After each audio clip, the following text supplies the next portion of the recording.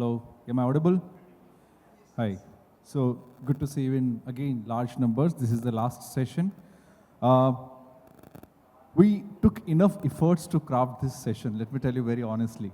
And we thought many times whether we should have this session or not, whether we will have the CFOs or not, because till now we were only talking about his idea of a CFO. So we thought, let's talk about her idea of a CFO. And often, thank you.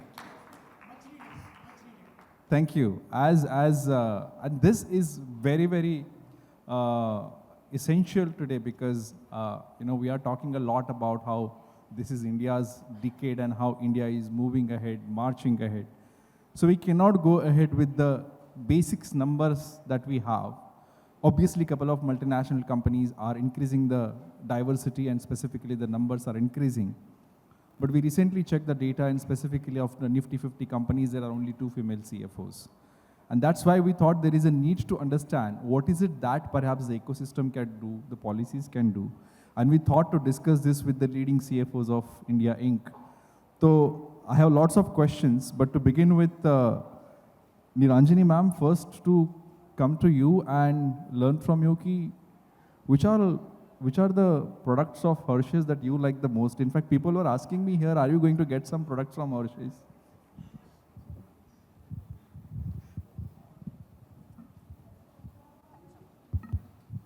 Can you hear? Okay.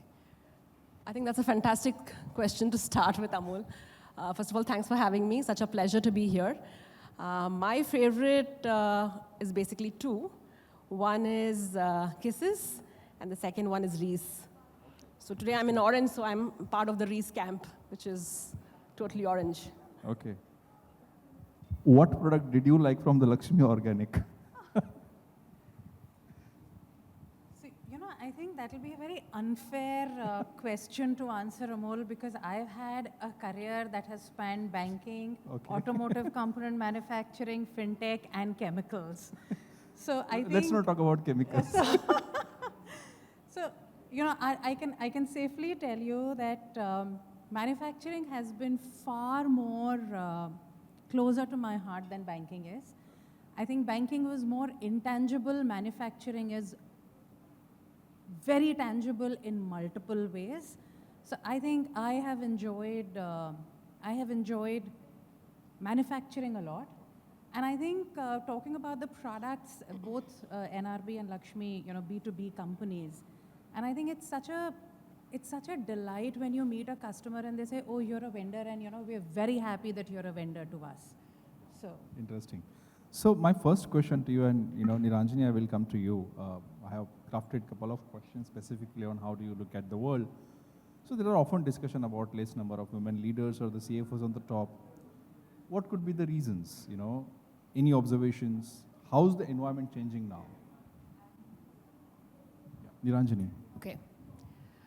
I think a lot of finance people here, so I must maybe start with a bit of why do we need women in finance, right? A bit of business case, if you will.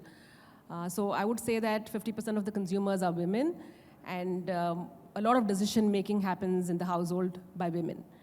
So there has to be equal representation of women in the corporate setup, and that's the business case of it. Moving to the second bit of stats here. From a global standpoint, if you look at female representation at the top, especially the CFO level, is roughly around 19%. And 10 years back, it was 10%. So 10 has become 19, which is almost 2x over a 10-year period. When typically businesses, and I saw 10x growth here earlier, I think we are far, far behind, right, in terms of the pace of improving the representation. I think those are a couple of initial observations, and I think a bunch of reasons, right? And if I break it into 3 things, at the entry level, I think there is still some work to be done. Having said that, a lot has happened. So if you look at MBAs or CAs today, a good 30-35% of people who are coming in are women, which is great, which is not what it was a few years back.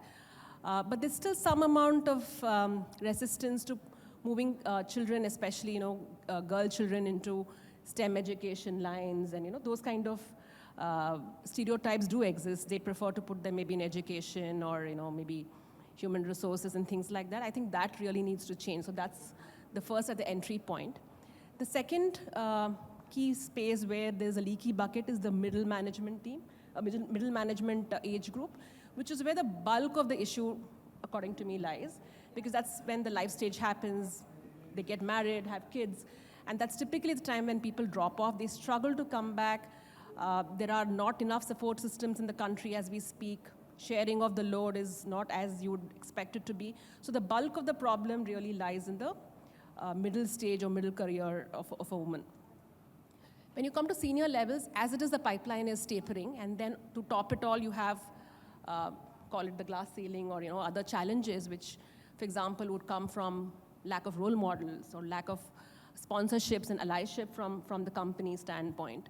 So those kind of things add on to it. And maybe I would also say a bit of lack of ambition when it comes saying, maybe I'm great doing a individual contributor role, or I'm great doing a small team management. When it comes to senior leadership, there is some amount of inertia to say, yes, I can be there and do it. I think those would be the broad contours of how the problem statement is today. Yeah, sure. I think that was good to begin with. So, Tanushree, what unique strengths do you believe women bring to the leadership roles in finance, and how have those strengths shaped up your leadership style? Before answering that, Amol, I'll just add to something that Niranjani mentioned, right? When I was a banker and most of my banking career was outside of India, I had done this study, and India actually had more number of women CEO bankers than globally, right?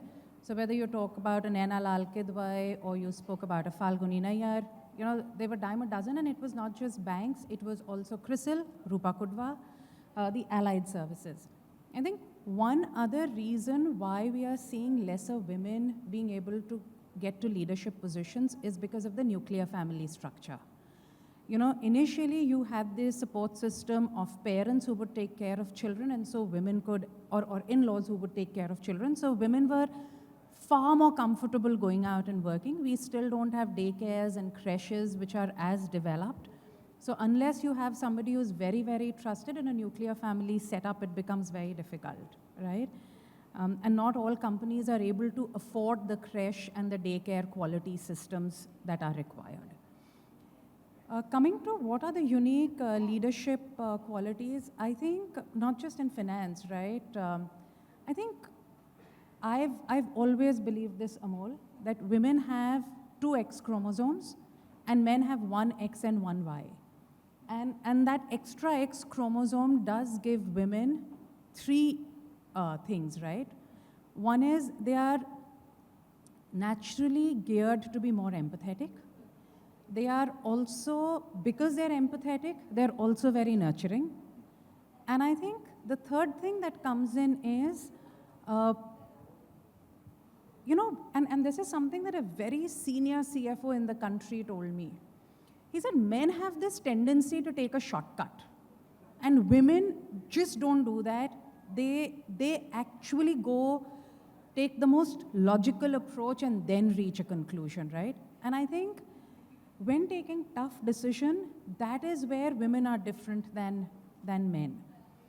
And I think that holds teams together in the tough times a lot more. And people are more willing to deliver, because I think when you want somebody to work 16, 18 hours a day during tough times, it's not the compensation or the remuneration that motivates them. It's the sense of belonging, the sense of contribution, and saying, am I valued? And I think that's the difference. And very honestly, I learned this when I moved from banking into manufacturing. In banking, my only loyalty was towards my client and towards my P&L, right? When I moved to the manufacturing role and I took charge of a team that was the size of whatever, 40, 50 people, I think that's when these things started making a difference to me, and I started acknowledging that they make a difference. In my first role, where I was there for 6.5 years, I remember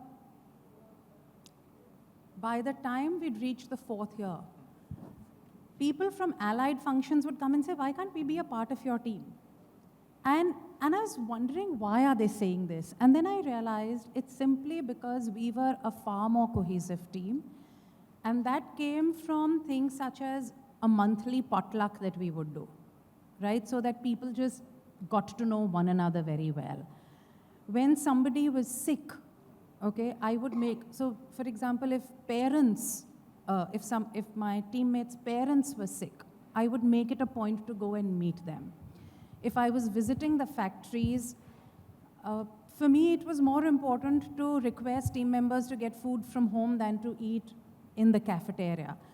And I think that potentially came naturally to me, but I think that's the empathy, nurturing side of women. And that built very, very cohesive teams. And I think that builds leaders who also then can be good shepherds, because you can't just lead, right? You also have to be a follower and be a shepherd at times. And I think that's what I'd say has been my experience. No, it was a great experience, but similarly, I have heard from a couple of female leaders or the lady leaders that they also face a lot of challenges, specifically from the subordinates or even the people working under their team. Just because you are a female, perhaps they did not take your decisions or did not follow your decisions. If certain things happen to you, maybe what is your advice to the women leaders? What is the solution here? Any references? Maybe you can add, and then you can also. So, Amol, I think, let me give you a little bit of context on the way I'm going to answer it, right? Look, I did engineering, then I did MBA, and then I was working in investment banking. All three are male dominated, right? And honestly speaking, till I joined manufacturing, I didn't know that there was a gender discrimination that existed. So I was conditioned to be an individual and to carry on my professional duties as an individual. So yes, when I joined my first manufacturing role and I went to the factories, which were largely in Maharashtra, and I don't speak any Marathi, not that I'm proud of it. Elections are over, thankfully, yesterday. But I don't speak any Marathi. People were not, and I was very young. I was the youngest in the leadership team. I had no manufacturing experience. I was a woman who didn't speak Marathi. So I had a lot of things going against me, right? People were not willing to listen to me on the shop floor or in the allied functions because of all these reasons. And I think it took an effort for me, like I said, first to get to know them. Right, so the only way so if I would have taken the approach of saying they're not listening to me because I'm a woman, there would be no way out of it. So my advice is, don't think about this from a woman's perspective. Think about, how am I going to turn this adversity into an opportunity for myself? So the opportunity for me was, how am I going to now get to deal with people who are unlike me and who are difficult? And I think that's the approach that I took, which is when I actually went to one of the army majors who used to work for the company. And I said, Major, आप मुझे एक बात बताओ, जो जवान सरहद पे अपने ऑफिसर के लिए जान देता है, how do you breed loyalty? Because that's the last, that's the parakashta of loyalty. So he turned around to me and he said, they eat in the same mess. And I said, it can't be that simple. And he said, it is that simple. So I decided to try that out, and I said the manufacturing unit had two parts to the cafeteria. One was where the officers ate, and one was where the workers ate. And I just started going to the workers' side, and initially I got stares, strange glances, people would get up. And that's when I realized I also don't tolerate spicy food, and Marathwada food is very spicy. So that's when I also realized that I dug into somebody's dabba and I said, can I please eat it, and can you please eat my food, because this food is too spicy for me. And it just happened, and I just built relationships that have lasted and outlasted my tenure at those places. So, with this example, the only advice that I will give is, don't approach a problem by saying, I'm a woman and hence this is happening to me. Approach it with a very balanced mind and say, I need to find a solution. And what is the most elegant, graceful, and sustainable solution to it, and ask for help. And I think once you ask for help, the road just becomes very clear. That is really good one. So remember the solution where it came from. It came from an army officer. So it has to be followed. So, but amazing one, very, very meaningful and realistic. Niranjani, you want to add something to that? Yeah, absolutely. I think that was a fantastic example, Tanushree. I would say one thing which has really helped me, I mean, it may sound counterintuitive, but I think I got better at time management, and that's super critical in terms of current day, whether it is, I mean, man or woman, it doesn't matter, but I think I got better at time management after I became a mom. Yeah, because there are no plan Bs, there is nothing that you can do, because you still have to take care of your baby, he's not going to leave you anywhere, and then you still have to do your work. So it just kind of built that muscle which perhaps I thought it never existed, right? And I do go into my day planning clearly what I need to do, when I need to do it, and how I'm going to do it. I think that planning automatically kicks in, and you have different strategies already thought through, which again comes and plays back very nicely into the business world, because maybe one day the child is not going to be feeling well, there will be some other concerns and, you know, all of that. So I think it plays very well in a business context. We don't think about it that way. So as women, I think we have those innate, very intrinsically wonderful skill sets in us, which I think fits perfectly in a business world. It's just that we need to tap into those. Yeah, another example could be, you know, taking care of stakeholders, influencing, right? As a woman of the household, I'm sure if you're especially in a joint family or in a larger setup, you're catering to every single need of the family, right? They could be different kinds of people with different styles, different moods, and so on and so forth. It's very similar in an organizational context where you have to influence a senior person or someone who has got a, you know, is notorious for something, right? So it just comes in so naturally. It's just that we got to think about these superpowers that we have and start tapping into them, and not wear this cap saying, you know, I'm a woman, or maybe they might not take me seriously, or, you know, things like that. I think the world is opening up very nicely. I think there are a lot of opportunities, especially at this era where we are sitting in. There is so much opportunities for everyone to just stand up and go and grab those opportunities. Just that we have to have the mindset and push for the case. But I agree with you, but there are opportunities. But anything specific that you think that the company should do now, you know, specifically to maybe motivate, to engage them, support them? Absolutely. I think there is a lot of work to be done by the organization, right? So right from kind of giving them the right climate to play in. When I say right climate, to have a psychological safe space for them to work.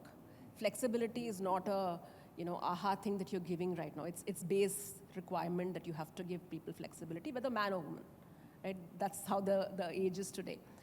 So these things have to come in very smoothly.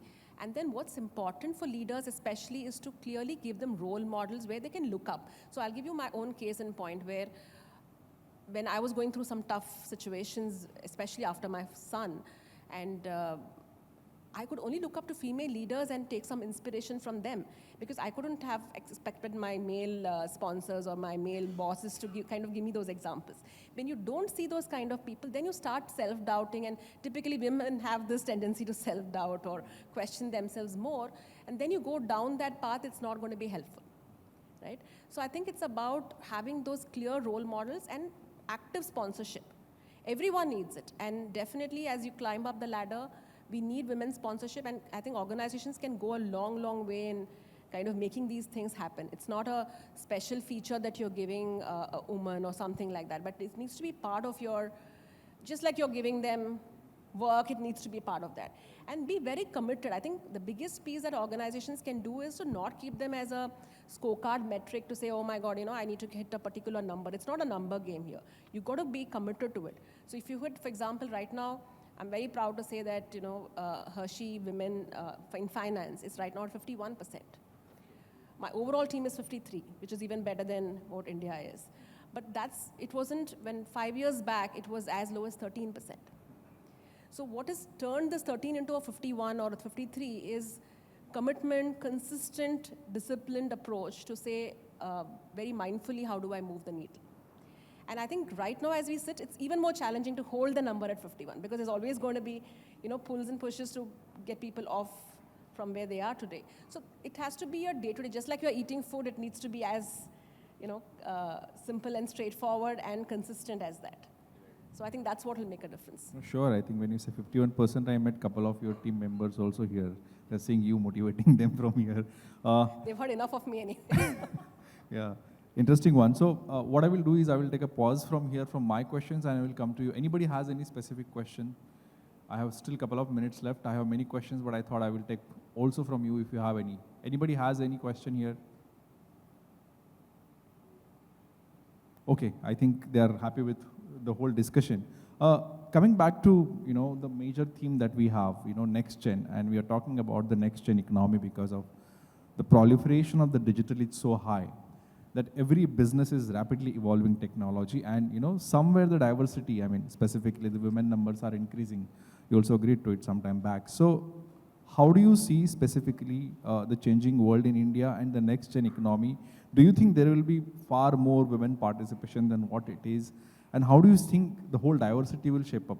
Maybe I can start with you, Tanushree. So the next gen doesn't think anything like we do. I think that's been my reading, and I definitely believe that there will be a shift. And I don't think it's just a gender shift, right? Because now with the new gen that is coming in, they also want to have fluidity between genders, right? So they think very, very differently. Will we have diversity? We need that diversity, right? Because if we are building businesses for the future and for sustenance, we can't actually function without them. And I think as leaders, it's imperative today that we get the new gen in our organizations and start learning from them, start understanding how they are thinking, what's important for them, what drives them. Because otherwise, there will come a point where there'll be a huge disconnect between the business and the largest consumer that you have outside, right? And it could be just any sector. I think in this journey, we need to facilitate the new generation becoming far more comfortable at the workplace. And I think their requirements, like Niranjani also said today, flexible working is not a privilege or a perk. It is a must-have, right? I think that's one. I think the second one is that they are no longer looking at the hierarchical structures that we have, or so I'll just say this as it is. I've said this to many of the Gen Alphas and the Gen Zs, right? They are looking for instant gratification, and I've told them nothing instant other than maybe instant coffee works in the world. But that's their mindset. So we need to start understanding that they need to feel engaged, valued, and to be contributing. So how can we change our working methodologies around that, right? A long time ago now, I hired an 18-year-old fresh out of college. And I think this is he came to us as an intern. Fantastic worker. He came to us when the annual results were getting closed. So any grunt work that nobody wanted to do got dumped onto his lap, and the guy very happily did it. So after those 2 months internship got over, I had been observing him, so I told him, I said, why don't you join the team? The guy turns around and he says, he's 18-year-old fresh out of college. He says, I have 3 conditions. And I said, when I was 18 and somebody would give me a offer like that, I wouldn't sort of have the guts to say I have 3 conditions. He named his 3 conditions, of which one was that I want to work directly with you. And it was a very difficult sort of an ask, but I said, okay, because he was a good worker. And so I got him to become my executive assistant, not a secretary, but a real executive assistant, call him chief of staff or what you may. And he actually taught me how to make my desk paperless. Till then, I used to have papers, and he would come in and tear papers in my office. He'd say, you can't be working on papers anymore. To date, he keeps teaching me about apps that are there, the new apps that I can use, etc., and we don't work anymore together, right? It's just a very good friendship that we've developed. So I think it's important for us to have them. They teach us. We will have to modify. They will not modify, because the future is theirs, not ours. So I think that's my view on the next gen. And women will come into workforce, because I think if you see the latest 10th, 12th engineering, I don't know the medicine scores. There are more women, and more women are doing better than what men are. Absolutely. Niranjani, last point. Next gen. I would agree 200% to the fact that, when you started, you said it's the decade of India. I would argue century of India, and it'll also be a century of women. Because that's waiting to be unlocked. And for this unlock to really happen, I would conclude by saying maybe 4 E's. First one is encourage people, like really from the start, your girls, your kids, just give them the right mindset, boy or girl, both of them have the right mindset. The second one would be to empower your peers, your teams, really give them all that it takes to really go there and win. The third one would be elevate.